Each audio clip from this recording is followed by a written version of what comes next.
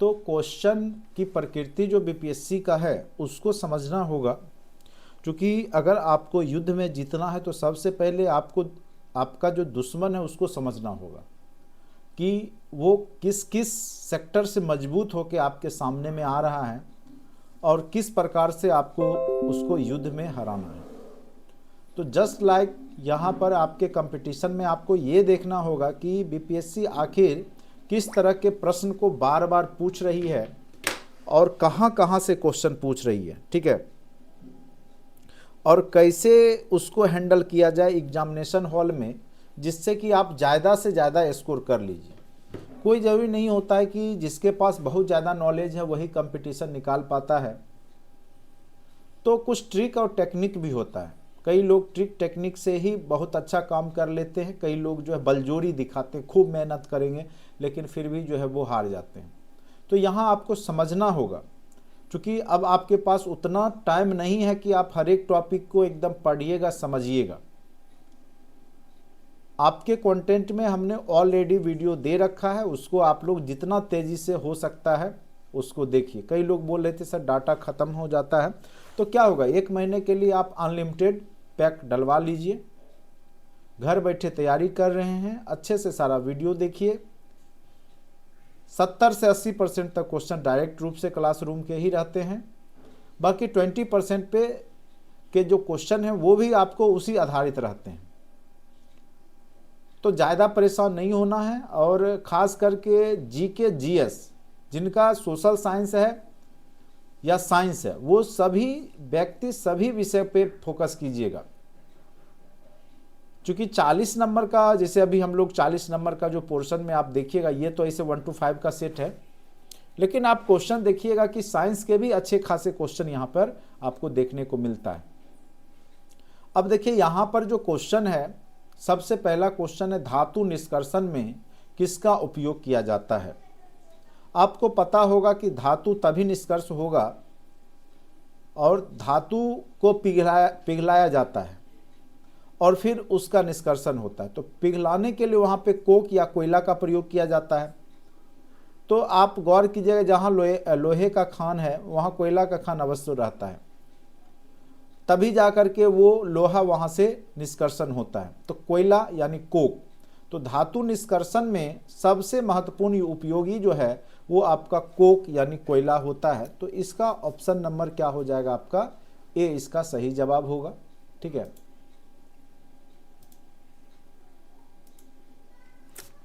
इसका आंसर हो जाएगा कोक, ठीक है। दूसरा क्वेश्चन है, प्रिज्म से गुजरने पर सबसे अधिक अपवर्तित होने वाला रंग। लाइट चैप्टर हमने पढ़ाया हुआ है, फिजिक्स में जाके देखिएगा। सबसे ज़्यादा परावर्तित या अपवर्तित जो लाइट होता है वो बैगनी होता है, इसीलिए ये दूर से दिखाई नहीं देगा। बैगनी कलर आपका दूर से दिखाई नहीं देता है, ठीक है। क्यों? चूँकि यह सबसे ज़्यादा अपवर्तित हो जाता है। सबसे कम अपवर्तित होता है लाल। सबसे कम अपवर्तित कौन सा कलर होता है? लाल होता है, ठीक है, याद रखिएगा। सबसे कम अपवर्तित कौन होता है? लाल। इसीलिए वह दूर से ही दिखाई दे देता है। लाल क्या हो जाता है? दूर से ही दिखाई दे देता है, ठीक है। तो यहाँ पे क्या कह रहा है कि प्रिज्म से, जब भी आप श्वेत प्रकाश को प्रिज्म से होकर के गुजारिएगा तो वो 7 रंगों में बट जाता है, ठीक है। बेनी, आह, पीनाला आपने पढ़ा होगा। हरा बीच में रहता है, बाकी बैगनी, आसमानी ये सब पढ़े होंगे आप लोग। नीला, आसमानी, हरा, पीला, ठीक है। बेनी, आह, पी, नाला। सबसे लास्ट में आपका ला से लाल हो जाता है, या भिप जोड़ करके आप लोग याद रखे होंगे, ठीक है। तो यहाँ पे देखिए बीच में ग्रीन है, 3 इधर 3 इधर, ठीक है। तो सबसे ज़्यादा जो है कहिएगा तो यहाँ पे तरंगदैर्घ्य रेड का होता है, इस कारण से ये कम अपवर्तित होता है। सबसे ज़्यादा अपवर्तित कौन सा रंग होता है? बैगनी होता है। कौन सा होता है सबसे ज़्यादा अपवर्तित? बैगनी होता है, इसीलिए दूर से आपको दिखाई नहीं देगा। और सबसे कम अपवर्तित कौन होगा? तो लाल होगा, इसीलिए लाल रंग दूर से ही आपको दिखाई दे देता है। ये सब आपके फिजिक्स में पढ़ाया हुआ है। किसी चालक का प्रतिरोध समानुपाती होता है, ठीक है। किसी चालक का प्रतिरोध जो होता है आर, वो किसके समानुपाती होता है? तो लंबाई। तो जितना लेंथ बड़ा होगा उसका प्रतिरोध भी उतना ही बड़ा होगा। ठीक है, तो याद रखिएगा कोई भी वस्तु है, जैसे मान के चलिए ये तार इतना लंबा है, जितना लंबा तार होगा उतना ही उसका प्रतिरोध क्या होगा, ज़्यादा रहता है, और जितना उसका जो रेडियस होगा उस पर भी प्रतिरोध डिपेंड करता है। ठीक है, तो यहाँ पर जो आंसर है उसके लंबाई पर डिपेंड करता है। आप देखते होंगे कि बड़ा तार है, अगर आप बैटरी से जोड़िएगा तो उसमें वोल्टेज कम पहुंचता है, यानी बीच में प्रतिरोध ज़्यादा हो जाता है। इसका मतलब है कि जितना लंबा तार है वहाँ प्रतिरोध ज़्यादा होता है। ठीक है, जितना छोटा होगा उसमें प्रतिरोध कम होगा। ठीक है, तो अगर लंबा तार से होकर के बिजली गुजरती है या विद्युत, तो उसमें भी क्या होता है कि प्रतिरोध का उसको सामना करना होता है, तो वहाँ पे ज़्यादा प्रतिरोध उसको सामना करना होता है। जितना छोटा तार होगा, जितनी लंबाई उसकी कम होगी, उतना कम प्रतिरोध का सामना करना पड़ता है। तो किसी चालक का प्रतिरोध उसकी लंबाई के समानुपाती होता है, यानी जितनी लंबी होगा, लंबाई जितना ज़्यादा होगा चालक का, उतना ही उसका प्रतिरोध भी ज़्यादा होगा। ठीक है, तो इसका आंसर हो जाएगा ऑप्शन नंबर सी। आप लोग भी साथ साथ जवाब देते रहिएगा, क्योंकि ये सब बेसिक क्वेश्चन है। फिर आप देखिएगा कि साइंस में गौर कीजिएगा, इस तरह के क्वेश्चन आपके एग्जाम में पूछे जाएंगे। ठीक है, और लगभग बहुत सारे क्वेश्चन डायरेक्ट क्लासरूम के टेस्ट से आपको मिल जाए। जैसे ये पिछले बार भी कई बार हमने टेस्ट लिया था, खाने के डिब्बों पर जस्ता का बजाय टीन का परत क्यों चढ़ा होता है। आप लोग जो टेस्ट दिए होंगे तो उसमें आपको ये क्वेश्चन आया होगा। बहुत सारा क्वेश्चन डायरेक्ट क्लासरूम से ही है। उसके बाद ये भी क्वेश्चन है, उसके इथेनॉल वाला भी क्वेश्चन है, उसके बाद आपका ये भी क्वेश्चन डायरेक्ट क्लासरूम के हैं। ठीक है, चालक वाला भी क्वेश्चन डायरेक्ट रूम से है, और ये भी माचिस वाला भी हमने बताया है ईंधन चैप्टर में। माचिस की डिब्बी में रगड़ने वाली सतह पर मौजूद मुख्य रासायनिक जो घटक होता है वो फास्फोरस होता है। क्या होता है याद रखिएगा, तो वो फास्फोरस होता है। ठीक है, और माचिस में भी लाल फास्फोरस का प्रयोग किया जाता है तिल्ली बनाने में। तो याद रखिएगा जो रगड़ने के लिए जो सतह मौजूद होता है वो फास्फोरस होता है। ठीक है, निम्नलिखित में से कौन सा अल्कोहल पेय उपयुक्त है। तो आपको हमने कई बार पढ़ाया है, तो उसमें हमने बताया था कि एथेनॉल के बारे में जब हम बता रहे थे। ठीक है, तो यहाँ पर हेक्सोनॉल, मेथनॉल, ये सब एक प्रकार से ये सब पेय नहीं है, इसको आप पी नहीं सकते। अगर पिएंगे तो कई बार क्या होता है कि गांव घर में आप देखेंगे कि जब से बिहार में शराबबंदी हुआ है तो आपको पता चलेगा कि बहुत सारे लोग जो है जहरीला शराब पीने से मर गए। तो जहरीला शराब आखिर हो क्यों जाता है, ठीक है, किस प्रकार से जहरीला हो जाता है, तो यही कॉम्बिनेशन होता है इथेनॉल मेथेनॉल सब का। जैसे ये CH4 है, ठीक है, तो एक फार्मूला होता है, इसी में अगर कार्बन की मात्रा बढ़ जाएगी, हाइड्रोजन, तो वो रेशियो के हिसाब से होता है, तो ये पॉइजन का भी रूप ले लेता है। ठीक है, तो मेथेनॉल हेक्सेनॉल ये जो है आपका पॉइजन बन जाएगा, ये पेय नहीं है, अगर पिया जाएगा तो मृत्यु हो जाएगी। वही एथेनॉल जो है, ठीक है, CnH2n, तो यहाँ पर क्या होगा कि वह पेय हो जाता है, तो अल्कोहल ही है, ये सभी अल्कोहलिक ही हैं, लेकिन जो एथेनॉल होगा वो पीने लायक होगा, जबकि आपका मेथनॉल या हेक्सेनॉल क्या होगा, एक प्रकार से जहरीला कह सकते पेय पदार्थ बन जाता है। तो यही पूछा कौन सा अल्कोहल पेय के लिए उपयुक्त है, तो एथेनॉल। ठीक है, और शराब में भी एक प्रकार से कह सकते हैं कि एथेनॉल ही रहता है। किसी ईंधन की दक्षता, तो ये तो कितना वह कैलोरी मान देता है, कितना वह ऊर्जा देता है, तो ये ईंधन चैप्टर में क्वेश्चन भी आपको ये सेट में दिया गया था। तो उसके कैलोरी मान पे डिपेंड करता है कि वह कितना दक्ष है। ठीक है, जैसे कोयला है, पेट्रोल है, लकड़ी है, तो जिसका कैलोरी मान जितना उच्च होगा वो उतना ही बेहतर ईंधन कहलाता है। ईंधन चैप्टर आप देखिए केमिस्ट्री के लास्ट चैप्टर में हमने पढ़ाया हुआ है। ये आपके डायरेक्ट टेस्ट के क्वेश्चन जो है आपके, आप जब सेट बनाइएगा या कहीं ना कहीं ये जब हमने बहुत सारा ऑब्जेक्टिव सेशन लिया था तो उसमें भी ये सब क्वेश्चन पढ़ाए थे। खाने के डब्बों पर जस्ता के बजाय टीन की परत चढ़ी होती है, क्यों? ऐसा इसलिए होता है कि जस्ता क्या होता है कि बहुत ज़्यादा प्रतिक्रियाशील होता है, तो वो कोई भी खाद्य पदार्थ है उसके साथ, जैसे चीनी है या रस है या खट्टा है, तो उसके साथ वो अभिक्रिया कर लेगा। तो उस स्थिति में जो है टीन का ही प्रयोग किया जाता है, जस्ता का प्रयोग नहीं किया जाता है। तो खाने के डब्बों पर जस्ता के बजाय टीन का परत चढ़ी होती है, क्योंकि जो जस्ता होता है वो अभिक्रियाशील है, तो इसलिए जस्ता का प्रयोग ना करके किसका प्रयोग होता है, टीन का प्रयोग होता है। ठीक है, अब देखिए, निम्नलिखित में से कौन सा पारंपरिक सिंचाई पद्धति नहीं है? पारंपरिक जो कि हमारे प्राचीन समय से होते आया है उसको पारंपरिक बोलते हैं। जो मॉडर्न है, जो कहीं कहीं दिखाई देता है, वो आपका पारंपरिक नहीं हुआ। जैसे खंदक प्रणाली है, ठीक है, तो खंदक प्रणाली को अब आप अगर आपको देखिए, बहुत सारा क्या होगा कि क्वेश्चन आपको हिंदी में समझ में नहीं आएगा, तो आप उसको इंग्लिश में भी पढ़ के देख सकते हैं कि इंग्लिश में क्या दिया है। तो मोट सिस्टम, मोट मतलब क्या है, एक प्रकार से जो है गड्ढा बना करके वहाँ पे सिंचाई का के लिए पानी निकाल करके किया जाता है। चेन पंप, पंप वाला तो होता ही है, लेकिन ड्रिप स्प्रिंकलिंग जो होता है, ड्रिप प्रणाली जिसमें आप देखते होंगे फुहारा निकलते रहता है, ये आपका पारंपरिक सिंचाई नहीं है। ये अब जा करके ड्रिप प्रणाली की प्रयोग किया जा रहा है। जब पानी का जो है पीने वाला जो पानी की कमी हो गई है, तो स्प्रिंकलिंग या ड्रिप सिंचाई प्रणाली का प्रयोग किया जाता है, यानी फुहारा दिया जाता है केवल बहुत दूर तक, चूँकि कम पानी में ज़्यादा पेड़ पौधे तक फुहारा जाता है, और वहाँ पर जो है इसका उपयोग किया जा रहा है अभी वर्तमान समय में। तो ये आपका पारंपरिक नहीं है। ड्रिप जो प्रणाली है वो आपका पारंपरिक कह सकते हैं कि प्रणाली नहीं है। ठीक है, नेक्स्ट क्वेश्चन, मानव गुर्दे की कोशिका में लिंग गुणसूत्रों की संख्या कितनी होती है? ठीक है, अब बताइए आप लोग कितना होता है, 1 जोड़ा, 2 जोड़ा, 3 जोड़ा? तो ये गुर्दे की बात है। किडनी में जो होता है लिंग गुणसूत्र की संख्या मात्र 1 जोड़ा होता है मानव गुर्दे में। ठीक है, ये तो सबको पता है, ये तो डायरेक्ट क्लासरूम के कितने बार टेस्ट में दिया है कहना मुश्किल है। बहुत बार यह टेस्ट में भी क्वेश्चन आए हैं, और आप जब देखेंगे तो वीडियो में भी ऑब्जेक्टिव में ये क्वेश्चन आपको कई बार मिलेगा।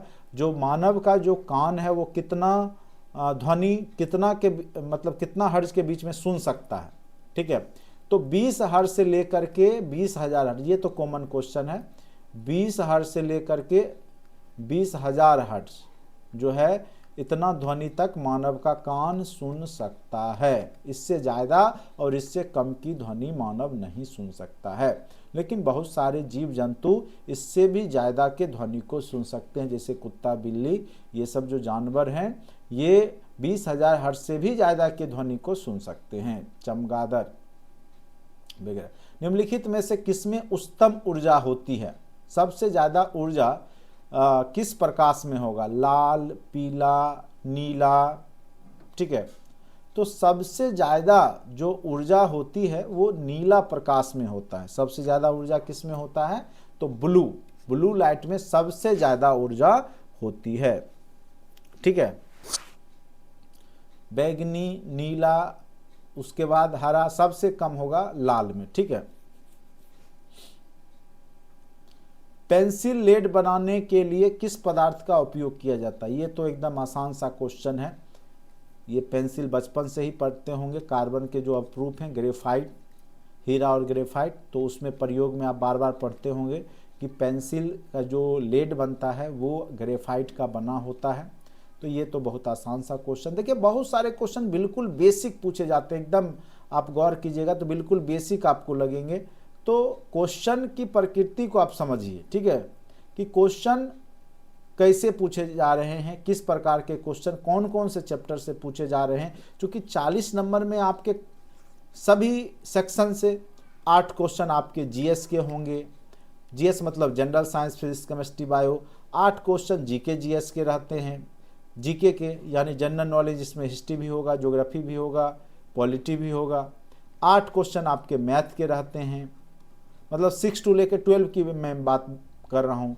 8 क्वेश्चन करेंट अफेयर्स के होंगे, और 8 question Bihar specific, Bihar special से रिलेटेड होते हैं। ठीक है, आप गौर कीजिएगा तो यही सब जो 5 सेक्टर है 40 का, यही होता है। तो इन सब सेक्टर में आप कौन कौन सा चैप्टर से पूछे जा रहे क्वेश्चन, उसको आपको विशेष रूप से ध्यान दे करके वो चैप्टर को क्लियर करना होगा।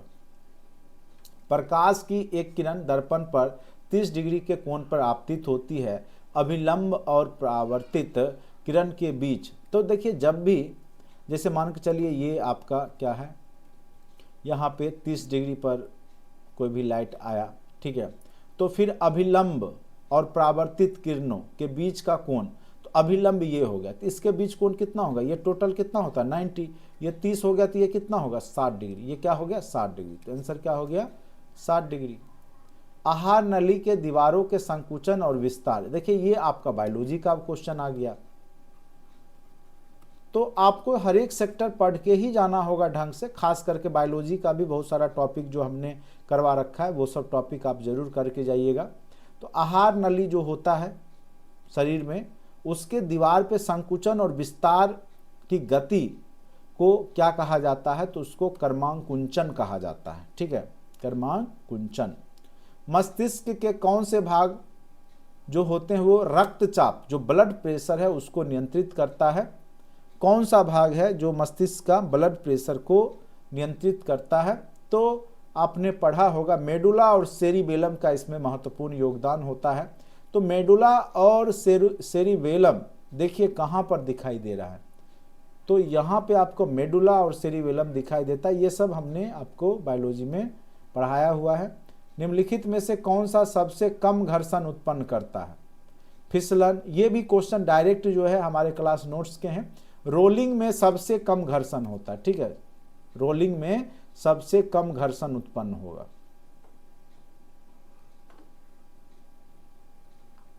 इसलिए भारी भरकम चीज को जो है रोलिंग करके ले जाया जाता है। जैसे गैस सिलेंडर वगैरह आप देखते होंगे, जब आपके घर पे पहुंचाएगा तो रोल करके उसको लेके आएगा। काहे? क्योंकि उससे क्या होता है कि वो रोलिंग करके आसानी से एक जगह से दूसरी जगह जा सकता है। नाबार्ड के अध्यक्ष कौन है? तो ये सब देखिए करेंट अफेयर्स के। अब यहाँ पे क्वेश्चन कहाँ से आ रहे हैं? तो करेंट अफेयर्स के। करेंट अफेयर्स के अब क्वेश्चन मैं पढ़ाना आपको शुरू कर दूंगा। जस्ट आपका फॉर्म भराना शुरू हो गया है, तो अब आपका करेंट अफेयर्स जो इस वर्ष का है, ठीक है, बिहार स्पेसिफिक और देश स्तर के जो महत्वपूर्ण हैं वो आपके करवा दिए जाएंगे, जिससे कि आपको कोई तरह का दिक्कत नहीं हो एग्जाम में। लास्ट का कम से कम जो है आपको पिछले जून से लेकर के अभी तक का कम से कम अच्छे से आपको पढ़ना पड़ेगा। देश स्तर के न्यूज और बिहार का कुछ न्यूज आपके लिए जो महत्वपूर्ण है वो करना जरूरी है। ठीक है, तो नाबार्ड के अध्यक्ष ऐसे अभी साजिद केवी हैं, याद रखिएगा। देखिएगा यही सब क्वेश्चन फिर दो चार रिपीट हो जाएगा। ओएनजीसी के अध्यक्ष कौन है? ठीक है, तो ओएनजीसी के जो अभी वर्तमान में अध्यक्ष हैं वो है अरुण कुमार सिंह, याद रखिएगा। ओएनजीसी के अध्यक्ष कौन है? तो अरुण कुमार सिंह हैं। तो ऑप्शन में आपका अरुण कुमार सिंह दिया नहीं गया है।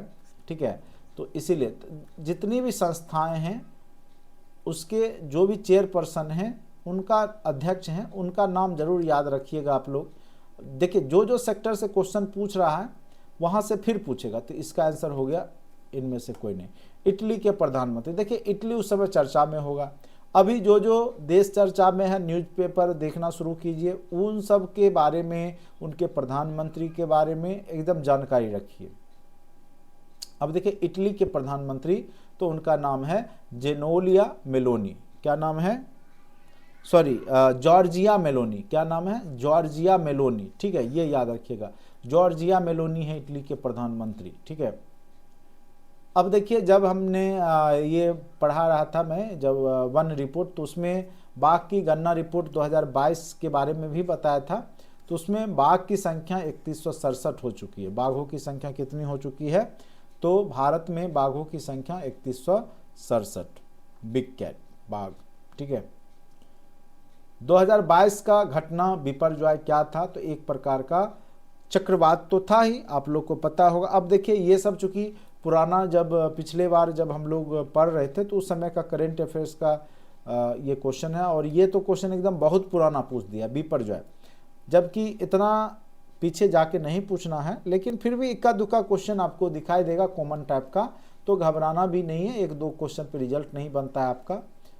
ठीक है, तो कई बार आपको दिखेगा कि 2019 का भी करंट कुछ डाल दिया है, लेकिन जनरली आपको जो करेंट अफेयर्स होंगे, अगर 8 क्वेश्चन होगा उसमें 6-7 आपके लास्ट 6 मंथ के ही रहेंगे। इक्का दुक्का क्वेश्चन अगर दे दिया तो उसके चक्कर में अब ये नहीं कि पूरा 2021 से ही पढ़ना शुरू कर दीजिए, क्योंकि संभव ही नहीं है, आप कर नहीं पाएंगे। तो सभी क्वेश्चन बनाने के लिए एग्जाम में नहीं होता है, हमेशा याद रखिएगा।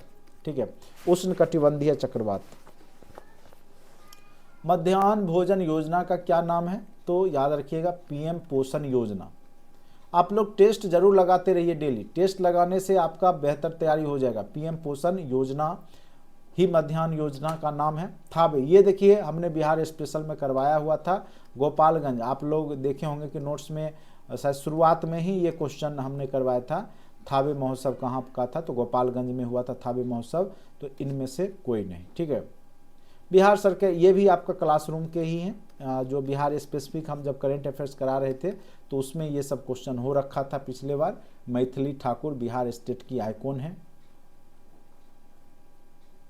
ये भी क्वेश्चन डायरेक्ट आपके क्लासरूम का है। जल जीवन मिशन, सकल बजट, तो बजट वाला जो है अभी हम लोग करेंगे। बिहार बजट के जितने भी राशि आवंटन हुए हैं, कौन से फील्ड में कितना, वो भी हम लोग पढ़ेंगे। तो यहाँ पर याद रखिएगा 70,000 करोड़ रुपया जल जीवन जो मिशन कार्यक्रम है उसके तहत बजट का 70,000 करोड़ रुपया जो है यहाँ पर दिया गया है, ठीक है। तो ये आप लोग याद रखिएगा। क्लस्टर आधारित गाँव के विकास की योजना का नाम क्या है, ठीक है। तो उसका नाम रखा गया है डॉक्टर श्यामा प्रसाद मुखर्जी, अर्बन होना चाहिए, रूरल, गांव के विकास के लिए, रूरल या रूबन, पता नहीं, ये मिस्टेक लग रहा है क्या। इसका इंग्लिश में देखता हूँ क्या लिखा हुआ है। क्वेश्चन नंबर 71, अच्छा, रूरल और आपका जो है अर्बन दोनों मिला करके रूरबन मिशन बनाया है। अच्छा, रूरबन ही है, ठीक है। तो रूरल और अर्बन मिला करके, तो doctor Shyama Prasad Mukherjee rurban mission, rurban, ठीक है। चलिए, the Chipko movement a people's history नामक पुस्तक, देखिए ये करेंट कोई पुस्तक होगा और इसके लेखक हैं शेखर पाठक। तो एक आध दो क्वेश्चन फिर रिपीट कर देगा ये सब। ब्रेल लिपि जो है, विश्व ब्रेल लिपि अंधे लोगों के लिए होता है, ब्रेल लिपि, ठीक है। तो 4 जनवरी को ये मनाया जाता है, तो याद रखिएगा। भारत गौरव पर्यटक रेलगाड़ी के संबंध में कौन सा कथन सत्य है। अब देखिए ये जो क्वेश्चन आपका बिल्कुल करंट अफेयर्स का पूछ दिया है, ठीक है। तो इस तरह का क्वेश्चन, जैसे इसका आंसर, इसका 16 अप्रैल 23 को शुभारंभ, इसकी नई दिल्ली रेलवे स्टेशन से शुरुआत, इसका 25 दिन 2022 को शुभारंभ। तो अब इसका जो है आंसर आपको देखना होगा, इसका मुझे याद नहीं है, इसका 16 अप्रैल 23 को, ये तथ्य जो है आपको थोड़ा सा खोजना होगा नेट पर, ठीक है। अज्ञात शवों के डीएनए का डाटाबेस रखने वाला भारत का प्रथम राज्य, हाँ ये महत्वपूर्ण है। जो भी अज्ञात शव है उसका डीएनए निकाल करके उसका डाटा सेव करके रखने वाला जो आपके देश में राज्य है वो हिमाचल प्रदेश है, ठीक है। डीएनए से हो सकता है कल के डेट में अगर कोई उसके वंशज खोजने आए तो उससे पता चल जाएगा कि जो आपके पूर्वज हैं वो गुजर चुके हैं, उनका डीएनए का सैंपल रखा गया है। आसियान 23 के शिखर सम्मेलन का आयोजक देश, जो आसियान हुआ, तो जितने भी जैसे मान के चलिए ASEAN association of south east Asian nation, इसकी स्थापना कब हुई, कौन कौन से देश हैं, 2024 में क्या क्या हुआ है अभी तक, या 2023 में, तो ये सब जितने भी शिखर सम्मेलन हैं वो सब जरूर आप लोग पढ़ के जाइएगा। इसे मैं भी आपको करवा दूंगा ये सब। तो इंडोनेशिया में हुआ था आसियान 2023, ठीक है। और इसके लिए आपको जो है पूरे ईयर का अगर आप लोग थोड़ा सा खर्च करना चाहेंगे तो मैं आपको बताऊंगा कि परीक्षा मंथन पूरे ईयर का वार्षिकी आता है, परीक्षा मंथन, और लगभग वो आपको 120 के आसपास में वो बुक देगा, ठीक है, या 140 के आसपास देगा। पूरे साल का एकदम करेंट अफेयर्स निचोड़ रहता है उसमें, अच्छा करेंट अफेयर्स, तो वहाँ से लगभग क्वेश्चन आपके मिल ही जाते हैं, ठीक है। तो अगर आप कर लेते हैं ना तो डीपली क्वेश्चन हो, आसान क्वेश्चन हो, सब आपका उसी में से रहता है। तो अगर आप लोग थोड़ा सा खर्च करना चाहेंगे करेंट अफेयर्स के लिए 8 क्वेश्चन के लिए, तो परीक्षा मंथन आप ले सकते हैं, ठीक है। उसमें आपको ये सब क्वेश्चन आपको मिल जाएगा देखने को। 10 मई 23 को पिट्सबर्ग क्लाइमेट डायलॉग सम्मेलन की मेजबानी करने वाला देश कौन सा है। तो याद रखिएगा ये हो चुका है, तो जर्मनी ने किया था, ठीक है, पिट्सबर्ग क्लाइमेट डायलॉग सम्मेलन। ये सब करेंट अफेयर्स का है, तो ये बदलते रहेगा। अब देखिए ज्योग्राफी, अब यहाँ से देखिए आपके पास आसान सा क्वेश्चन, हाँ तो कुछ सेक्शन जैसे आपने देखा कि जो करेंट अफेयर्स के जो सेक्शन हैं उसमें आपको बहुत ही वेरिएशन है, ठीक है। तो कहाँ कहाँ से क्वेश्चन पूछे गए हैं उन तथ्य को आपको विशेष रूप से फोकस करना है। जैसे कोई भी आपका सम्मेलन हुआ है उससे रिलेटेड, एक दिवस से रिलेटेड जो क्वेश्चन, देखिए क्वेश्चन की प्रकृति समझिए कहाँ कहाँ से क्वेश्चन पूछे गए। एक दिवस पूछा गया, एक जो भी अंतर्राष्ट्रीय यहाँ न्यूज ज़्यादा देखने को मिला, जैसे आसियान 23 शिखर सम्मेलन 10 मई पिट्सबर्ग, देख रहे हैं ना, ये भी आपका एक राइटर से रिलेटेड क्वेश्चन है। एक आपका जो है बिहार से रिलेटेड जल जीवन मिशन का है। फिर आपका एक जो थावे ये जो था थावे वाला जो क्वेश्चन था वो बिहार स्पेशल का है। तो आपको करेंट अफेयर्स के लिए अच्छा खासा मेहनत करना होगा, तब जा कर के आप यहाँ पर एक जो है आपके अध्यक्ष से रिलेटेड क्वेश्चन है, कोई भी जो उस समय जो न्यूज़ में रहता है उस देश के प्रधानमंत्री से रिलेटेड क्वेश्चन पूछे गए हैं। तो इस तरह जो है इसमें बहुत ज़्यादा आयाम होता है करेंट अफेयर्स में, ठीक है। तो आप लोग कम से कम जो परीक्षा मंथन का 1 ईयर का वॉल्यूम जरूर पढ़ के जाइएगा, जिससे कि अगर क्वेश्चन आए करेंट डीपली तो आप बना लीजिए, ठीक है। वो सब आपके लिए महत्वपूर्ण होगा, स्कोर आपको दिलवाएगा, ठीक है।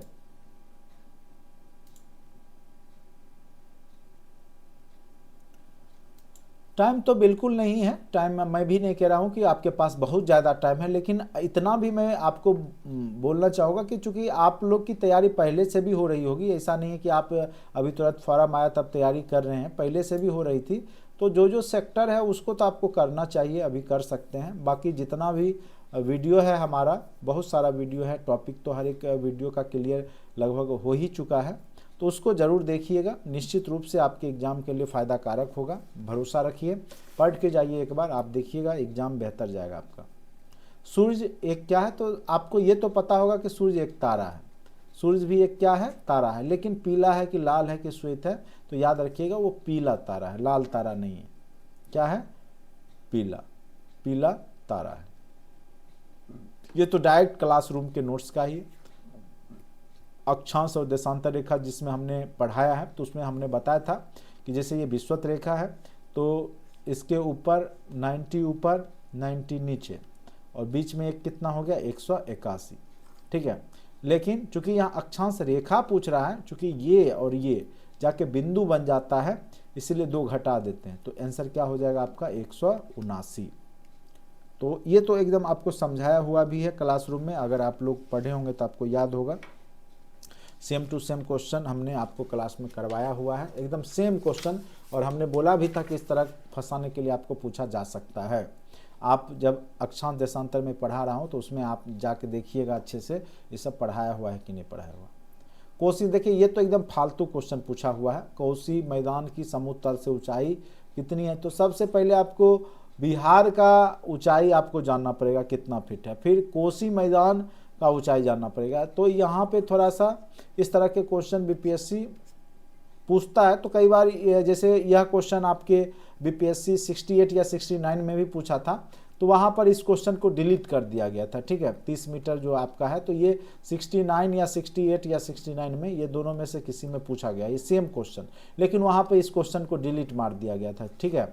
लेकिन यहाँ पे आपका आंसर 30 मीटर दिया गया है। आगे चल के पता नहीं फाइनल आंसर की में इसको डिलीट किया गया या क्या किया गया, मुझे नहीं पता, लेकिन ये क्वेश्चन कह सकते हैं मेरे समझ से बिल्कुल फालतू क्वेश्चन है। इस तरह के क्वेश्चन कभी कभी देखने को मिलते हैं। जीवाश्म के आधार पर मानव, ये तो हमने कई बार बताया है कि अफ्रीका महादेश, और जब पहला चैप्टर हिस्ट्री का देखिएगा, जब उसमें आदि मानव के बारे में बताया है, तो उसमें अफ्रीका घाटी के बारे में, रिफ्ट घाटी के बारे में बताया। तो सबसे पहले मानव का जो उत्पत्ति का जो केंद्र है वो अफ्रीका की रिफ्ट घाटी को ही माना जाता है। सबसे पुराने नरकंकाल यहीं से मिले हैं, ठीक है, अफ्रीका की रिफ्ट घाटी। तो याद रखिएगा इसका आंसर क्या हो जाएगा, अफ्रीका की रिफ्ट घाटी। बहुत सारा क्वेश्चन सेम टू सेम आपको दिखाई देगा। 2 समुदाय के मध्य सांस्कृतिक संपर्क कहलाता है, तो एक कल्चरेशन कहलाता है, ठीक है। क्या कहलाएगा, एक कल्चरेशन, कल्चर का मिलना, एक कल्चरेशन। 2 अगर समुदाय की जो संस्कृति है वो आपस में संपर्क बनाते हैं तो उसको एक कल्चरेशन कहते हैं। ये तो हमारे ही जिला का है, बेगूसराय में है, तो जो लोग बेगूसराय के हैं तो सही बनाएंगे ही। बाकी वाले भी जानिए कि बरौनी जो तेल शोधक जो संयंत्र है वो बिहार के जो है बेगूसराय जिला में ही है, ठीक है।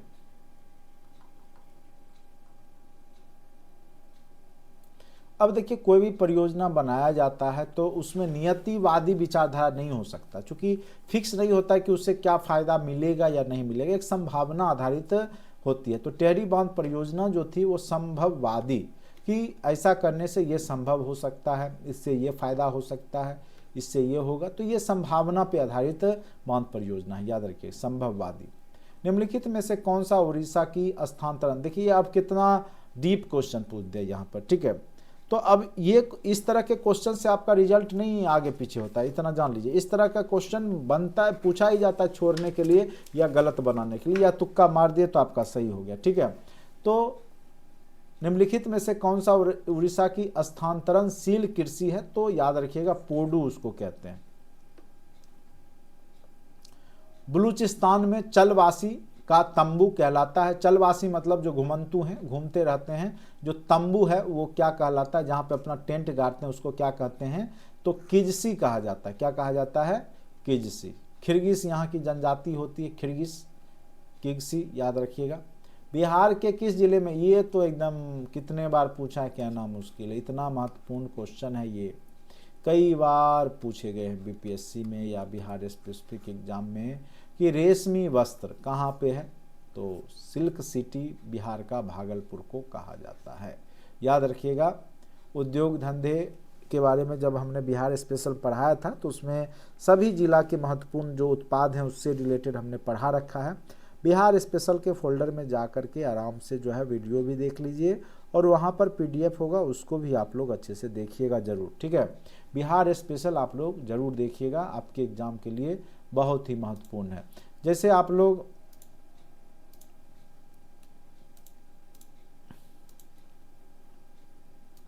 बिहार स्पेशल का मैं फोल्डर आपको बता दूं, अगर आप लोग को दिक्कत हो रहा है क्या क्या पढ़ना है, चूँकि 40 नंबर में तो आपको पढ़ना ही पड़ेगा, ठीक है।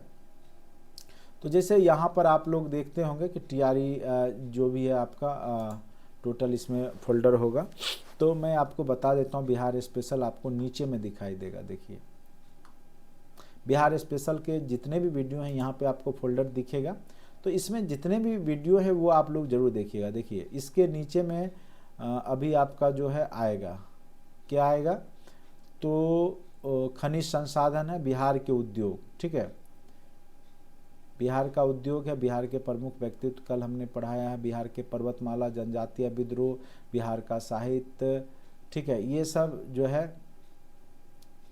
बिहार में पाश्चात्य शिक्षा, बिहार के औद्योगिक खनिज संपदा, बिहार की नदियां, बिहार का साहित्य, संक्षिप्त अवलोकन, जनजातीय विद्रोह, लास्ट में था सर बिहार के उद्योग। आज का जो टॉपिक है ये तो उद्योग का सॉल्यूशन किया गया, इसका इसलिए इसका आंसर क्या हो गया,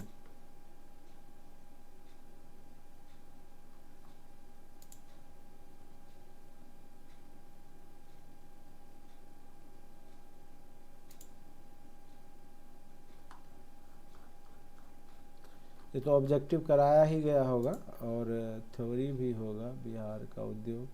अच्छा, ये आपका इकोनॉमिक्स में मिलेगा, बिहार से रिलेटेड भी हमने इकोनॉमिक्स में ही पढ़ा दिया था, बिहार के औद्योगिक विकास को लेकर के, ठीक है। तो आपका मैं बता दूं वो कहाँ मिलेगा,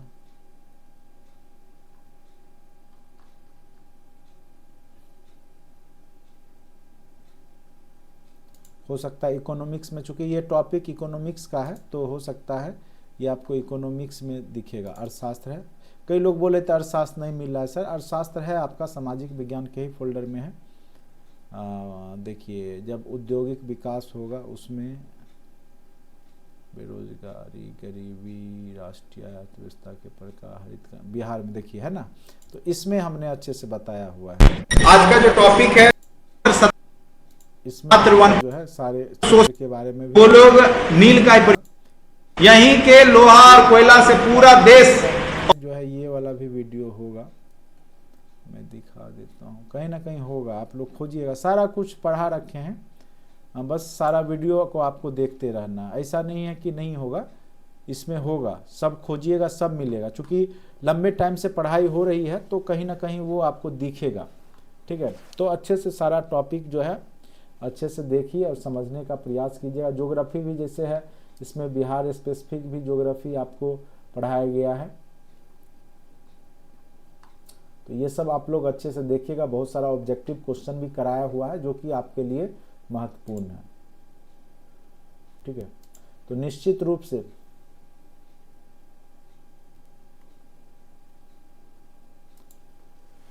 डायरेक्ट आप कंटेंट से ही डाउनलोड करके प्रिंट करवा सकते हैं, ऐसे आप को मैं भेज दूंगा। ठीक है, चलिए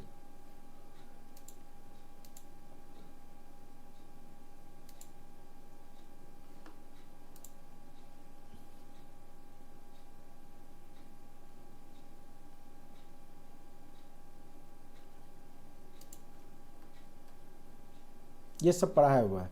जनसंख्या घटने से मानव भूमि क्या होगा? स्वाभाविक है, जनसंख्या घटेगा तो भूमि का अनुपात बढ़ेगा, ये तो कॉमन सी बात है। जितना जनसंख्या ज़्यादा होगा भूमि बट जाएगा तो घट जाएगा। तो यहाँ पे क्या, जनसंख्या घटेगा तो भूमि का अनुपात क्या होगा? बढ़ेगा, सिंपल सी बात। जितना कम जनसंख्या रहेगा उतना तो हिस्सा तो बढ़ेगा ही ना। बिहार के किस जिले में मक्का का उत्पादन सर्वाधिक होता है? तो ये ऑप्शन के हिसाब से देखिएगा तो मुजफ्फरपुर में सर्वाधिक मक्का होता है। ठीक है, क्वेश्चन में देख रहे हैं। अब देखिए, उस दिन हम 1857 के बारे में बता रहा था, तो हमने बताया था कि यहाँ से क्वेश्चन निश्चित रूप से आते हैं। देखिए यही क्वेश्चन है ना, 1857 के विद्रोह के नेता कुंवर सिंह किस स्थान से संबंधित थे? तो ये कहाँ से संबंधित थे? तो जगदीशपुर, जो कि आरा भोजपुर। 1876 ईस्वी में इंडियन एसोसिएशन की स्थापना किसने की थी? तो सुरेंद्र नाथ में। ये सब डायरेक्ट क्वेश्चन अगर आप पढ़े होंगे, मैं बता देता हूँ। वॉल्यूम 1 जो है आपके लिए, ठीक है, मैं आपको दिखा दूं। वॉल्यूम 1 अगर आप लोग नहीं पढ़ें तो ज़रूर पढ़िएगा, क्योंकि उसमें मॉडर्न हिस्ट्री और आपका जो है आधुनिक इतिहास दोनों उसमें कंबाइंड रूप से कराए गए हैं। ठीक है,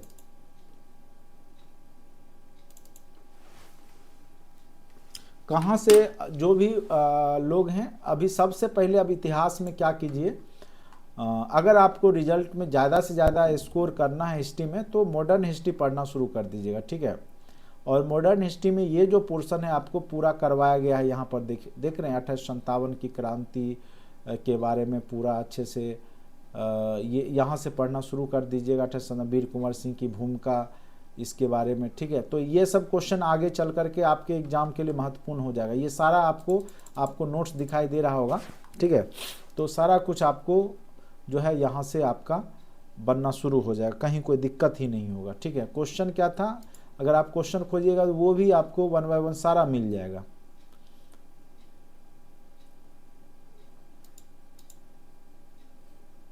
क्या था क्वेश्चन? हाँ, इंडियन एसोसिएशन वाला। देखिए इंडियन एसोसिएशन वाला भी क्वेश्चन आपको मिल जाएगा, ऊपर में ही होगा इंडियन एसोसिएशन।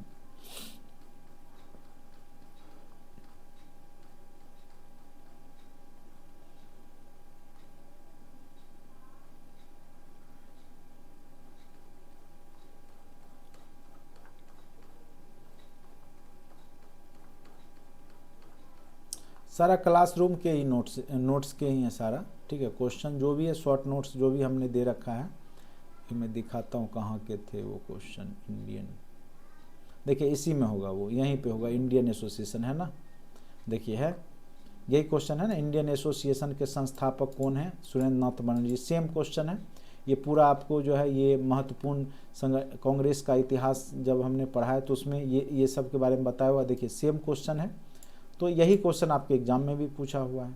तो क्वेश्चन खोजिएगा तो सारा मिल जाएगा आपको। ठीक है,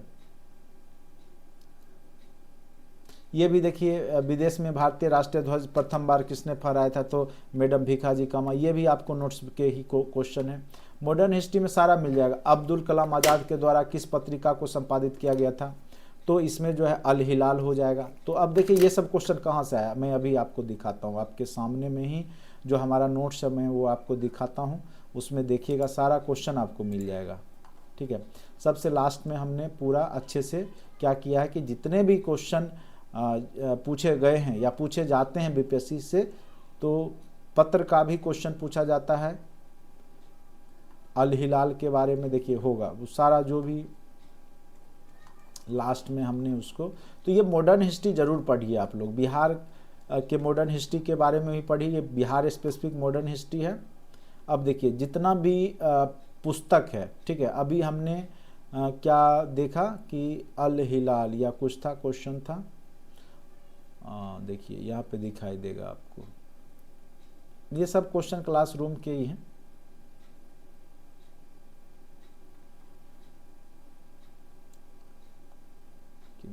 किधर गया, देखिए कहीं होगा जरूर, यहीं पे होगा।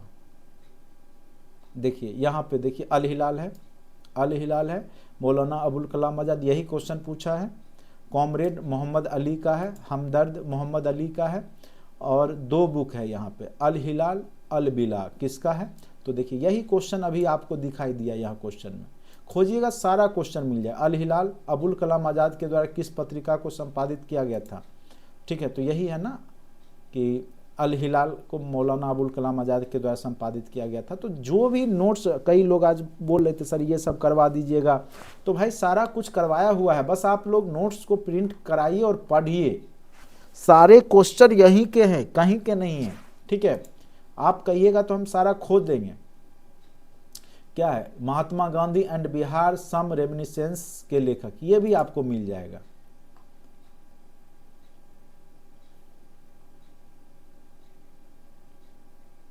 खोजने पर है, टाइम लगेगा, खोजूंगा तो सब मिल जाएगा। क्वेश्चन एक भी जो है बाहर का नहीं है, सारा क्वेश्चन आपको मिल जाएगा। ये डॉक्टर राजेंद्र प्रसाद के द्वारा लिखा गया है, ठीक है। Mahatma Gandhi and Bihar some reminiscences. All India Kisan Sabha का पहला अधिवेशन के अध्यक्ष कौन थे, ठीक है, ये तो सबको पता ही होगा। ऐसे अगर आप खोजना चाहेंगे तो आपको बिहार स्पेशल में तो एकदम अच्छे से मिलेगा, सहजानंद सरस्वती की भूमिका को लेकर के, ठीक है। किसान आंदोलन में आपको बिहार स्पेशल में जाइएगा तो बिहार स्पेशल में किसान आंदोलन जो हमने पढ़ा रखा है तो उसमें आपको ये अच्छे से दिख जाएगा, ठीक है। कंटेंट में जाते हैं और TRE 2 के मटेरियल में जाइएगा, ठीक है। 1 to 12 फाउंडेशन बैच में जाइएगा, लास्ट में देखिए बिहार स्पेशल आपको दिखाई देगा। कई लोग खोज नहीं पाते हैं। अब इसमें जब जाइएगा ना तो किसान आंदोलन देखिए आपको यहाँ पर दिखेगा, तो इसमें आपको आज का जो टॉपिक है उससे निश्चित तौर पे आपके एग्जाम में क्वेश्चन देखने को मिलेगा। और यहाँ से क्वेश्चन पूछा है कि पूरे टॉपिक किसान आंदोलन चली आ रही जो होगा, तो कृषि जब आपको आगे, लेकिन अंग्रेज के जो देखिएगा अच्छे से, इसमें पूरा होगा। इसके अंतर्गत सरकार की भू राजस्व नीति कृषि का व्यवसायीकरण, जैसे आपका अफीम की खेती, और इसको सर्वप्रथम दादा भाई नौरोजी ने, फिर बाद में भी हमने पढ़ाया था बिहार स्पेशल के PDF वीडियो। इसमें PDF में भी किसान आंदोलन अगर होगा तो उसमें आपको मैं दिखा ही देता हूँ।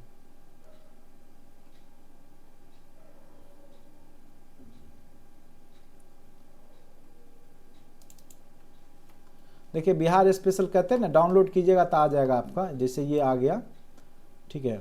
अभी मैंने क्लिक किया तो आ गया, तो इसी में आपका किसान आंदोलन होगा।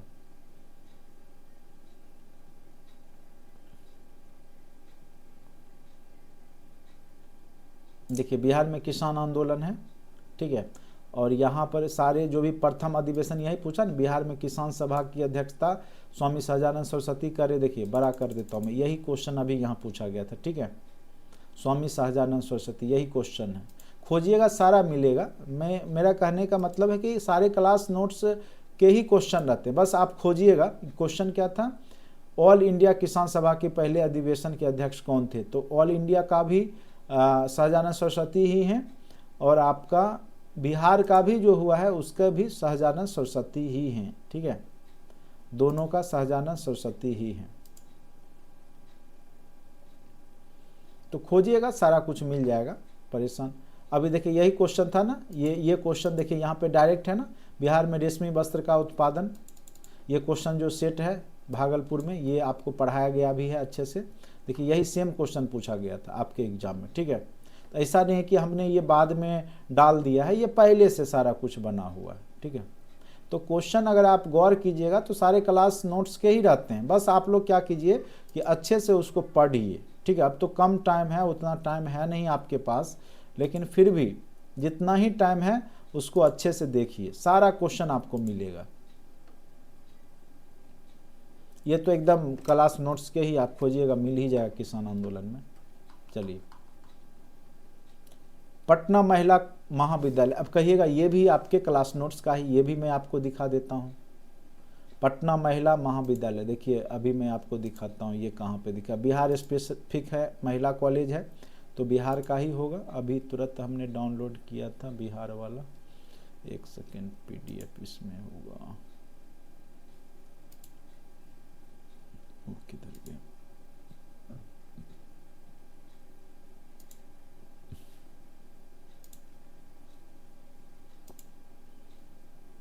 यहाँ पे है, देखिए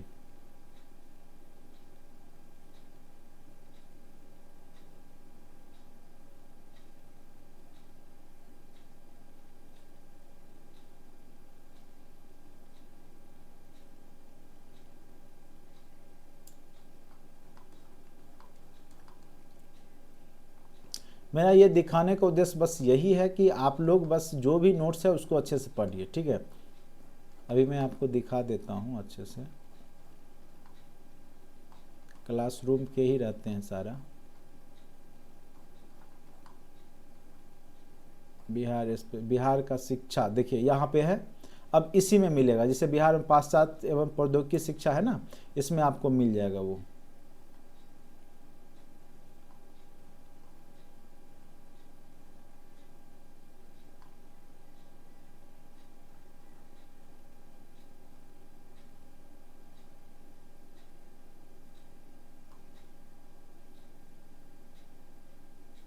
क्वेश्चन क्या था, ये सब पटना में government school of art and craft की स्थापना 1939, क्या क्वेश्चन था, मैं एक बार देख लूं किधर गया। तो ये सब भी आपको मिल जाएगा, पटना महिला महाविद्यालय की स्थापना कब हुई, तो याद रखिएगा 1940 में हुआ है, ठीक है। तो ये सब क्वेश्चन हो सकता है रिपीट हो जाए, तो इसलिए आपको देखना बहुत ज़रूरी है कि कौन कौन से क्वेश्चन किस तरीक़ा से पूछे जा रहे हैं। तो पाश्चात्य शिक्षा और जो है उससे रिलेटेड क्वेश्चन है ये। अब देखिए, डॉक्टर राजेंद्र प्रसाद के पास अंतरिम सरकार में कौन सा विभाग था, ये तो पॉलिटी का पहला पेज से ही आपको मिल जाएगा, ठीक है। जब हमने आपको पॉलिटी पढ़ाया था तो क्लास नोट्स में अगर आप देखिएगा, देखिए पॉलिटिकल साइंस है, इसमें जो राज व्यवस्था है कंप्लीट है, इसी में आपको दिखाई देगा।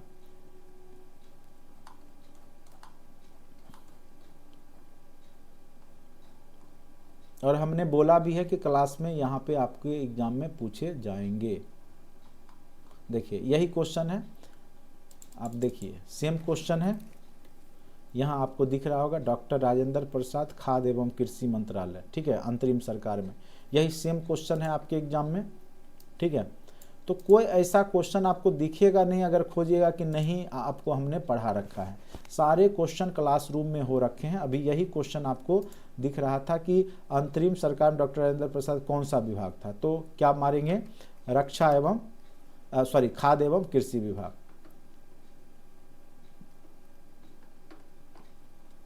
बंगाल विभाजन 16 अक्टूबर 1905 को किस दिवस के रूप में मनाया गया था, तो ये था आपका 16 अक्टूबर 1905 को क्या हुआ था, शोक दिवस के रूप में मनाया गया था, ठीक है। तो याद रखिएगा ये कौन सा दिवस के रूप में मनाया गया था, शोक दिवस।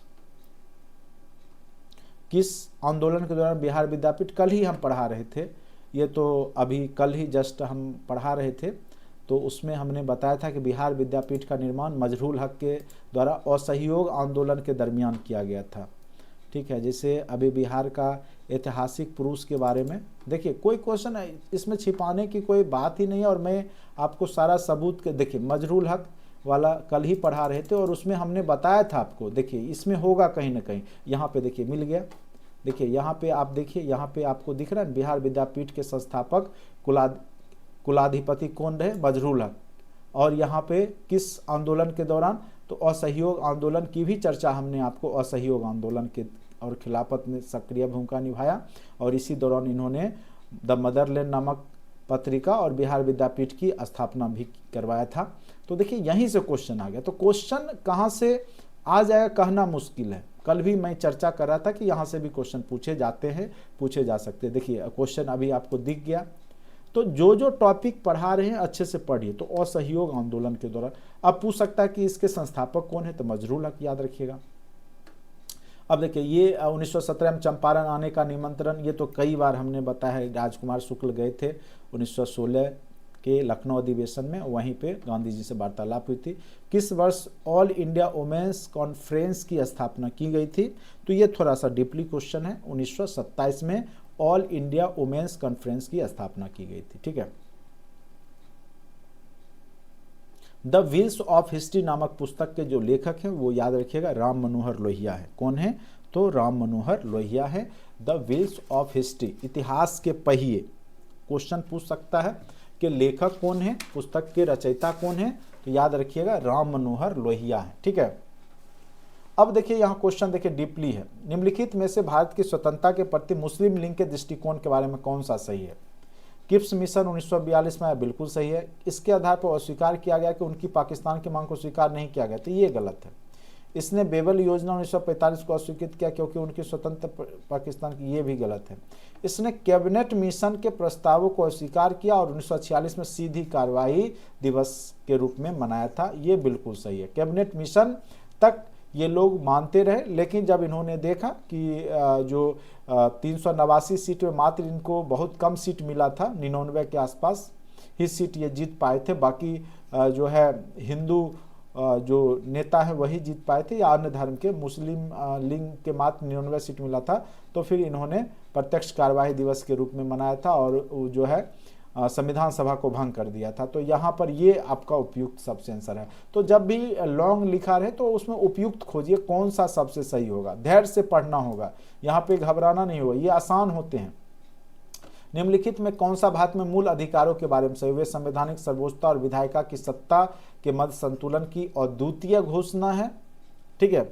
अब इसको आपको समझने के लिए एक एक लाइन पढ़ना होगा। ठीक है। वे लोगों के अधिकारों तथा देश की सुरक्षा के मध्य संतुलन का निर्माण करते हैं। वे न केवल राजनीतिक और कानूनी समानता बल्कि सामाजिक समानता का निर्णय भी करते हैं। तो मौलिक अधिकार तो सर्वोच्चता और विधायिका की सत्ता के मध्य संतुलन, बिल्कुल, चूंकि यहाँ पर क्या होता है कि संतुलन बनाने के लिए आपको मौलिक अधिकार दिए जाते हैं कि जनता और सरकार के बीच दोनों में जो है एक कह सकते संतुलन बना रहे, और इससे क्या होगा कि वे लोगों के अधिकारों तथा देशों की सुरक्षा के मध्य संतुलन का निर्माण करते हैं, मौलिक अधिकार। ठीक है। ये नहीं, ये गलत है। और ये बल्कि सामाजिक समानता का निर्णय करते, ये भी सही है। तो इसका एक से अधिक आंसर हो जाएगा, उपयुक्त में से एक से अधिक। अपराधों की दो सिद्धि, जैसे उस दिन हम पढ़ा रहे थे, अपराधों के लिए दो सिद्धि के संबंध में भारतवर्ष में के अंतर्गत निम्नलिखित कौन सा कथन से, भारत के संविधान में दोहरे दंड की प्रावधान नहीं पाया जाता है, ये भी सही है। संविधान में अपराध से अधिक दंड से सुरक्षा दी गई है। ठीक है। अपराध से अधिक दंड से सुरक्षा दी है, ये गलत है। देश में उसी अपराध के लिए एक सरकार कर्मचारी के विरुद्ध न्यायिक तथा विभागीय कार्रवाइयाँ की जा सकती है, कर्मचारी, बिल्कुल ये भी सही है। तो इसका आंसर हो जाएगा आपका एक से अधिक, ये भी सही है और ये भी सही है, ये आपका गलत है। ठीक है। तो इसका आंसर आपका हो जाएगा एक से अधिक। भारतवर्ष में संघवाद के, देखिए संघवाद के बारे में हमने बताया, भारत एक राज्यों का संघ है। ठीक है। एक अर्ध संघीय राज्य देश के अंतर्गत भारतीय संघवाद का परिणाम, बिल्कुल भारतीय क्या, भारत क्या राज्यों का संघ है और संघवाद का ही परिणाम है। अब इसको आपको अच्छे से पढ़ना होगा, हर एक तत्व को। भारतीय संघवाद देश में एकल राज्य व्यवस्था स्थापित करता है, ये गलत है। भारतीय संघवाद सुदृढ़ एकात्मक आधार का क्षैतिज नहीं है, ये भी गलत है। इसका आंसर क्या होगा, यह एक अर्ध संघीय राज्य देश के अंतर्गत भारतीय संघवाद का परिणाम है। भारत क्या है, राज्यों का संघ है, यूनियन ऑफ स्टेट्स है। भारत एकीकृत न्यायपालिका रखता है क्योंकि, देखिए अब देखिए ये क्वेश्चन, अब आपको ऑप्शन अच्छे से पढ़ना होगा। भारत में आपको पता होगा सभी, जैसे आप केस करते हैं, अगर जिला न्यायालय नहीं जजमेंट सही दिया तो आप जाते हैं हाई कोर्ट, हाई कोर्ट में नहीं आया तब जाते हैं सुप्रीम कोर्ट। यानी एकीकृत न्यायिक व्यवस्था है कि एक से एक के ऊपर दूसरा, दूसरे के ऊपर तीसरा, इस प्रकार से आपका चलता है। भारत में एक मौलिक विधि तथा सर्वोच्च स्तर पर सर्वोच्च न्यायालय और उसके नीचे उच्च न्यायालयों के साथ न्याय पाया जाता है। ठीक है। अब इसको उसके बाद क्या है, ये भी सही है कि सब एक दूसरे के ऊपर है, मतलब भारत में मौलिक विधि तो है ही, सर्वोच्च स्तर पर सर्वोच्च न्यायालय तो है ही, और उसके नीचे उच्च न्यायालय और के साथ न्यायपालिका, ये भी सही। उच्च न्यायालयों के न्यायाधीश राष्ट्रपति के द्वारा नियुक्त किए जाते हैं, तो उच्च न्यायालय के ये भी सही है, राष्ट्रपति ही नियुक्त करता है। उच्च न्यायालय केंद्रीय शासन का एक उपभाग के रूप में गठित किया जाए, ये भी सही है। तो यानी इसका आंसर हो जाएगा आपका 1 से अधिक, ठीक है। चुप रहने की स्वतंत्रता भारत में किस प्रकार का अधिकार है? चुप रहते हैं यानी आप बोल सकते हैं, आपको चुप रहना है, अभिव्यक्ति की आज़ादी है, मन करे तो बोलिए। मैं देखिए इसी क्वेश्चन को अभिव्यक्ति की आज़ादी को ही घुमा के पूछा है। देखिए अभिव्यक्ति की आज़ादी क्या है कि आपको मन है तो व्यक्त कीजिए, नहीं तो मन नहीं कीजिए। तो एक प्रकार से ये मौलिक अधिकार के अंतर्गत ही आता है, ठीक है। तो इसका आंसर हो जाएगा, बस आपको फंसाने के लिए क्या कहा, चुप रहने का अधिकार। तो ये तो अब आपकी अभिव्यक्ति आपकी इच्छा के अनुसार चलता है। अब देखिए पिछले क्लास में हमने देख रहे हैं ना, बेसिक चैप्टर आपको यहाँ पे जो भी शुरुआत के चैप्टर हैं वो खूब पूछे जा रहे हैं। मौलिक अधिकार, न्यायपालिका, सर्वोच्च न्यायालय, संघवाद, दबाव। अब देखिए आगे चल करके यहाँ पे क्वेश्चन क्या पूछ रहा है कि संघ दबाव समूह। दबाव समूह जैसे आपका जैसे होता है ना कि कोई भी संगठन होता है उसमें दबाव समूह होता है, जैसे बहुत सारा स्टूडेंट का फेडरेशन होता है, ऑल इंडिया कांग्रेस के स्टूडेंट यूथ सब होते हैं। तो संस्कृति व विचारधारा की प्रतिबद्धता की कमी, देश की राजनीति में स्वायत्त भूमिका की कमी से, ठीक है। तो भारत में बहुत सारे दबाव समूह होते हैं जो कि काम करवाते हैं सरकार पे दबाव बना करके, बहुत सारी जो दबाव समूह कार्यरत होते हैं, ठीक है। तो दबाव समूह एक प्रकार से जैसे कह सकते हैं कि कोई भी जैसे कांग्रेस का भी अपना स्टूडेंट का फेडरेशन है, फिर आपका जो है बीजेपी का भी है, सभी पार्टी अपना अपना एक दबाव समूह बना के रखती है, ठीक है। तो भारत में दबाव समूह निम्नलिखित में किससे प्रेरित है? संस्कृतिवाद से। ये गलत है, इससे कोई मतलब नहीं है। विचारधारा की प्रतिबद्धता की कमी से, देश की राजनीति में स्वायत्त भूमिका की कमी से, देश की स्वायत्त भूमिका, हाँ ये तो बिल्कुल सही। विचारधारा की प्रतिबद्धता ये भी कई बार देखने को मिलता है, ठीक है। तो इसका आंसर आपका हो जाएगा 1 से अधिक, ठीक है। किससे प्रेरित है? तो 1 से अधिक हो जाएगा। अब देखिए ये सब जो क्वेश्चन है उसके लिए आपको पॉलिटी को अच्छे से, ये अब दबाव समूह चैप्टर से पूछ दिया, चुप रहने की आज़ादी ये आपके मौलिक अधिकार से पूछ दिया क्वेश्चन। अभी देखिए पिछले क्लास में जब हम पढ़ा रहे थे, डीपीएसपी पढ़ा रहे थे, राज्य के नीति से, तो समान नागरिक संहिता जरूर याद होगा, अनुच्छेद 44 से संबंधित है समान नागरिक संहिता। उसके बाद आपको कर्मकारों के जीवन निर्वाह मजदूरी अनुच्छेद 43 के तहत हमने बताया था, याद होगा तो आपको, ठीक है। तो इस तरीका से फिर आपका जो है कार्य की न्याय संगत एवं मनोवांछित दिशाएं अनुच्छेद 42, आप देखिए क्लास नोट्स में अच्छे से बताया हुआ है।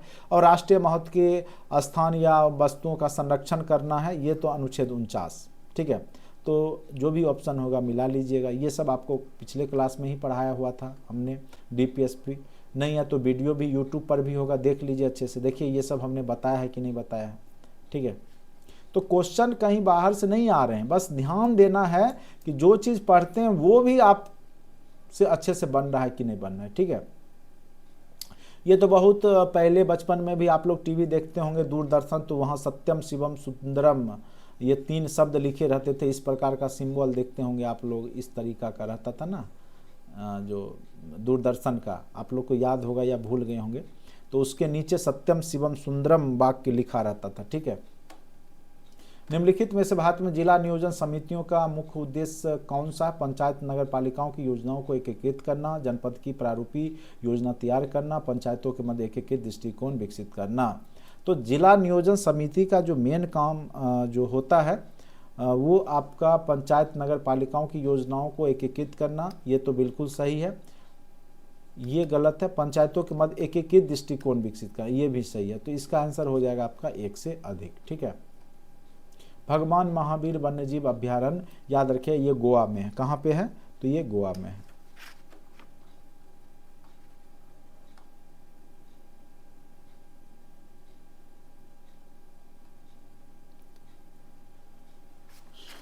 ठीक है।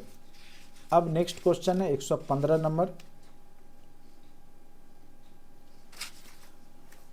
दीनदयाल उपाध्याय के बारे में आप लोग जानते होंगे या नहीं जानते होंगे। ये जो है आरएसएस कार्यकर्ता के रूप में भी इनको जाना जाता है, दीनदयाल, और बहुत सारी योजना भी दीनदयाल के नाम से आती है। बीजेपी पार्टी जब सत्ता में आई है तो ये मेन रूप से मानववाद, एकात्म मानववाद से जुड़े हुए थे। पूंजीवाद तो हो ही नहीं सकता, साम्यवादी नेता भी ये नहीं है, चूँकि इनकी विचारधारा ही आरएसएस वाली है, ठीक है। तो एकात्म मानववाद के लिए ये काम किए थे। खुदाई खिदमतगार, ये आपने पढ़ा होगा, ये जो था खुदाई खिदमतगार जो है खान अब्दुल गफ्फार खां को कहा जाता है, इसीलिए इनको जो है गांधी भी कहा गया है, ठीक है। खान अब्दुल गफ्फार खां द्वितीय, सीमांत गांधी, ठीक है, सीमांत गांधी के नाम से भी जाने जाते हैं। कौन? खान अब्दुल गफ्फार खां। खुदाई खिदमतगार आंदोलन का नेतृत्व इन्होंने ही किया था। ये बहुत ही महत्वपूर्ण क्वेश्चन है। कौन सा राज्य सर्वाधिक बाजार, ये तो आपको पता होगा, ये हमने ज्योग्राफी में भी पढ़ा है, राजस्थान। जनजातीय गौरव, देखिए जनजातीय दिवस जिस दिन हम लोग पढ़ रहे थे, याद कीजिए, जनजातीय आंदोलन पढ़ा रहे थे। नहीं आपको विश्वास है तो जाके जनजातीय आंदोलन वाला वीडियो देखिएगा, उसमें हमने चर्चा किया था कि जनजातीय दिवस के रूप में मनाया जाता है कब से 15 नवंबर के बारे में बताया था। यही बिरसा मुंडा का जन्मदिन भी है, जनजातीय दिवस भी है, इतना हमने चर्चा किया था। तो कब से शुरू किया गया है? तो 15 नवंबर 2021 से। तो 15 नवंबर तो हमने बताया ही था, तो इसमें तो एक ही ऑप्शन है 2021, तो मार दीजिए। तो कुछ क्वेश्चन आप कॉमन सेंस से भी बना सकते हैं, ठीक है। कोई जरूरी नहीं कि एकदम सेम टू सेम क्वेश्चन आपको मिल ही जाएगा। अब देखिए, ये जाइए ज्योग्राफी में आपको मिलेगा, जब हमने चट्टान पढ़ाया है उसमें आपको अवसादी चट्टान, आग्नेय चट्टान, पिछले क्लास में भी हमने बताया। देखिएगा जीवाश्म किस में पाया जाता है? तो अवसादी में पाया जाता है। अवसाद आग्नेय में पाया जाएगा? नहीं पाया जाएगा। ये सब same, direct same to same question आपको चट्टान इधर ही तो पढ़ाया था हमने, उसमें आपको अच्छे से बताया हुआ है, ठीक है। चाप झील जो पाया जाता है नदी घाटियों में, रेगिस्तानों में, तो याद रखिएगा जो ये चाप झील जो होता है ना, वो आपका हिम नद होना चाहिए, इसे इसका आंसर, ठीक है। सॉरी चाप झील ऑक्सबो, ठीक है। ऑक्सबो झील जो है ना वो नदी घाटियों में बनता है, ऑक्सबो झील याद रखिएगा। चाप झील जो है नदी घाटी में बनता है। ये थल दिवस और पृथ्वी दिवस और जल दिवस, ये तो सबको याद ही होगा, पहले जल फिर पृथ्वी। ये कई बार हमने दिवस में जब पढ़ाया तो बताया था, पहले जल तब फिर पृथ्वी, लेकिन डेट एक ही होता है। तो 22 मार्च को आपका जल दिवस और 22 अप्रैल को आपका पृथ्वी दिवस के रूप में मनाया जाता है, याद रखिएगा। तो इसका आंसर हो जाएगा 22 मार्च, विश्व जल दिवस। एक सिंह युक्त गेंडा का, ये तो असम में ही है, असम काजीरंगा नेशनल पार्क एक सिंह के लिए जो है फेमस है। ये सब तो आसान क्वेश्चन पूछे गए हैं।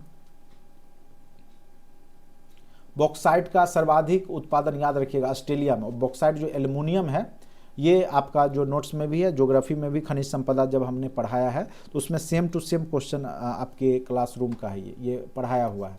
आप नोट्स भी देखिएगा और वीडियो में भी है। सुनहरा रेशा, ये भी बताया हुआ है। सुनहरा रेशा जो है संबंधित है। सुनहरा मतलब जो आपको जैसे कपास है, तो ये आपका क्या है, सिल्वर के तरह दिखेगा, चांदी के तरह, ठीक है। और सुनहरा सोने के कलर का कौन दिखता है? पटसन, जो आप जिसको बोलते हैं जूट, ठीक है। तो जूट जिससे आप लोग देखते होंगे, जो सूती वाला बोरा या आलू वगैरह जो सब्जी पैक होके आता है बोरा, तो वो पटसन जो होता है उसको सुनहरा रेशा, चूंकि येलो दिखता है इसीलिए, ठीक है। तो पटसन हो जाएगा इसका। जनसंख्या में परिवर्तन के 3 प्रमुख कारण हैं, जन्म, मृत्यु, विवाह, जन्म मृत्यु प्रवास, जन्म मृत्यु जीवन पर। ये बिल्कुल है। आप अभी देखिएगा जनसंख्या वाला जो चैप्टर, तो उसमें ये बताया हुआ जन्म मृत्यु। देखिए अगर जीवन प्रत्याशा, ज़्यादा दिन लोग जिएंगे यानी स्वास्थ्य सिस्टम अच्छा है वहाँ का, तो स्वाभाविक है जनसंख्या बनी रहेगी, मृत्यु कम होगा, जन्म से भी जनसंख्या। तो ये तीनों कारक यहाँ पे घटक है। तो 125 का जो आंसर होगा यही होगा, जीवन प्रत्याशा। मानव गतिविधियों के कारण पर्यावरण में प्रतिकूल परिवर्तन कहलाता है। तो जो प्रतिकूल परिवर्तन होगा, अनुकूल नहीं होगा, तो पारिस्थितिक क्षरण कहलाता है, ठीक है। ये सब क्वेश्चन ईवीएस के हैं। काले फेफड़े का रोग किसको होगा? तो स्वाभाविक सी बात है, जो कोयला खान में जाएंगे उनको काले फेफड़े का रोग होगा, क्योंकि वहाँ अंदर में जो है मीथेन गैस की प्रचुरता होगी। तो कोयला खनिक जो लोग होंगे उनको ये हो जाएगा। तेल स्लिक क्या है? उबला हुआ तेल है, ठंडा तेल है, समुद्र की सतह पर तेल की पतली फिल्म। ठीक है, जब अंदर से खनिज तेल निकाला जाता है या लीक हो जाने के कारण ऐसा होता है। WWF world wild life fund के पशु चिन्ह, ये सब आपको क्लास नोट्स में मिल जाएगा। विशालकाय पांडा, बाघ, टाइगर, लाल पांडा, ये सब डायरेक्ट आपको EVS में क्वेश्चन आपको दिखाई देगा। ठीक है, तो विशालकाय पांडा हो जाएगा इसका आंसर। शुद्ध पानी की तुलना में अशुद्ध पानी का क्वथनांक क्या होगा? शुद्ध पानी की तुलना में अशुद्ध पानी का क्वथनांक घट जाता है, समान रहता है, बढ़ जाता है। ठीक है, क्या होगा बताइए? शुद्ध पानी की तुलना में अशुद्ध पानी का क्वथनांक, आप लोग के लिए ये क्वेश्चन बताइए क्या होगा? शुद्ध पानी की तुलना में अशुद्ध पानी का क्वथनांक क्या होता है?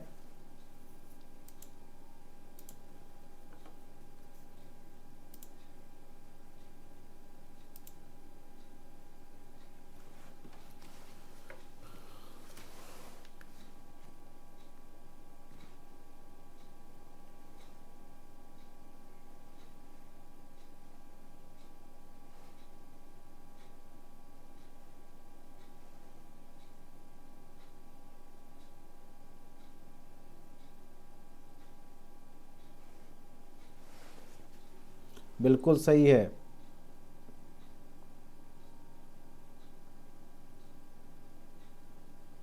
बढ़ जाता है, इंक्रीज होगा, बढ़ जाता है।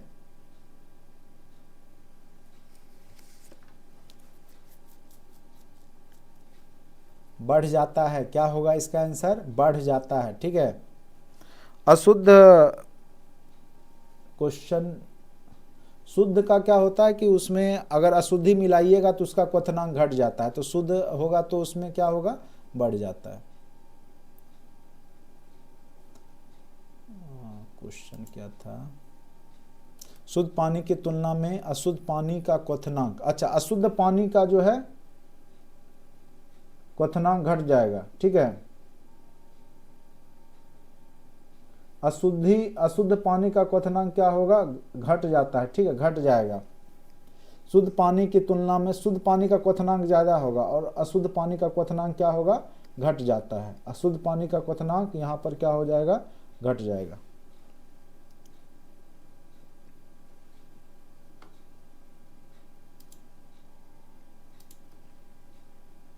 घट जाएगा, घट जाएगा। ठीक है, देखिए अशुद्धि मिलने पर क्या होता है ना कि वो घटता है, उसका क्वथनांक घट जाएगा, शुद्ध में बढ़ जाता है। शुद्ध पानी में बढ़ा रहेगा और अशुद्धि मिलाने पे वो घट जाता है।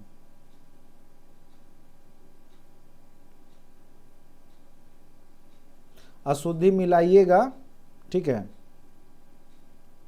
तो उसका क्वथनांक घट जाएगा।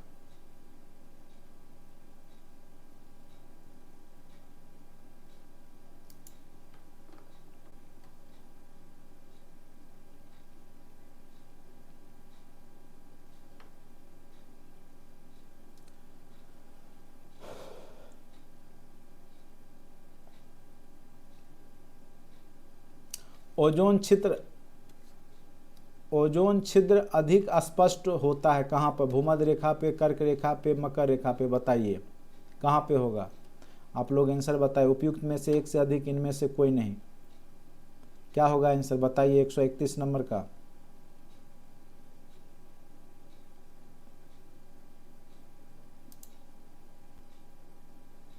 बताइए। ओजोन उस दिन भी पढ़ा रहे थे ओजोन के बारे में।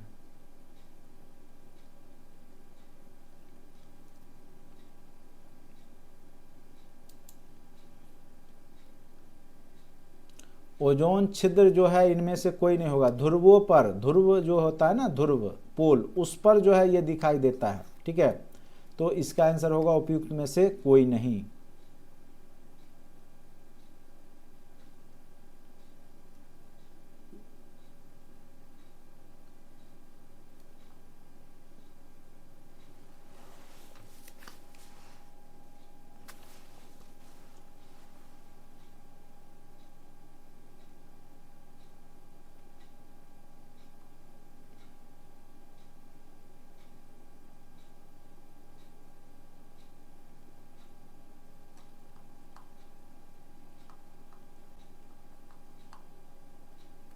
इधर रीजनिंग के ही क्वेश्चन है, ठीक है। तो आप देख पा रहे हैं कि जो भी क्वेश्चन है, जैसे यहाँ पे ऑटोमोबाइल निकास एग्जॉस्ट का सबसे खतरनाक धातु प्रदूषक है, तो वहाँ पे पारा, कैडमियम, सीसा सब हो जाएगा। उपयुक्त में से क्या हो जाएगा, एक से अधिक हो जाएगा। साबुन और डिटर्जेंट स्रोत है कार्बनिक प्रदूषण के, जैसे कि सल्फोनेट हाइड्रोकार्बन, ठीक है। ये भी आपका जो है प्रदूषण ही है, कार्बनिक प्रदूषण है, ठीक है, सल्फोनेटेड हाइड्रोकार्बन। अधिक ऊंचाई पर उबलते हुए पानी में सब्जियां पकने में अधिक समय लेती है, क्योंकि इसका मुख्य कारण क्या है, अधिक ऊंचाई पे उबलता हुआ पानी में सब्जी ज़्यादा समय लेगा पकने। ऊंचे स्थानों पर ज़्यादा तापक्रम उबलता है, ऊंचाई बढ़ने पर उबलते हुए पानी का तापक्रम घट जाता है। ऊंचाई स्थानों पर हवा में ऑक्सीजन की मात्रा, ये नहीं, ऊंचे स्थानों पर पानी ज़्यादा तापक्रम पर उबलता है, ठीक है।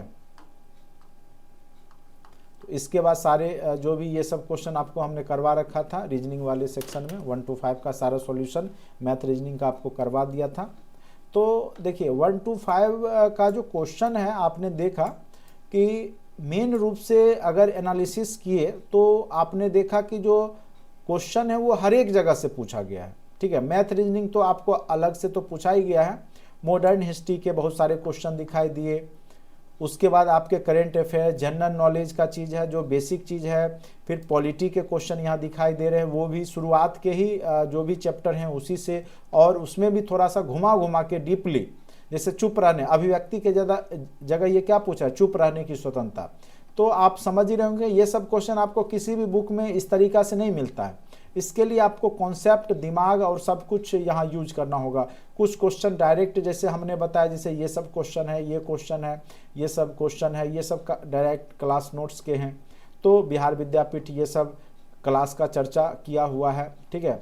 तो अच्छे से पढ़िए, और कौन सा आपको 120 में 120 नंबर पे सिलेक्शन होता है, तो आप 80 से 85 नंबर अगर ले आते हैं तो उसमें आपका सिलेक्शन हो जाता है, ठीक है, अच्छे से बेहतर तरीके से। तो इसलिए कोशिश करना है कि आपको बेहतर से बेहतर, अच्छा से अच्छा मार्क्स लाएं, जिससे कि आपका जो है एग्ज़ाम अच्छे से निकल जाए, ठीक है। तैयारी करते रहिए, पढ़ते रहिए, क्वेश्चन सब वही सब है। थोड़ा सा आपको प्रैक्टिस, जो भी टेस्ट दिया हुआ है 1 to 5 के भी टेस्ट हमने डाल दिए हैं, और फिर पहले से भी डाला हुआ है, तो वो सब आप लोग देखते रहिए। हाँ, करेंट अफेयर्स में अब बहुत जल्द आपके बीच में लाऊंगा, जिससे कि आपका करेंट अफेयर्स का जो 8-10 क्वेश्चन दिखाई दे रहा है वो आपका गलती नहीं हो, ठीक है। आज इतना ही रहने देते हैं।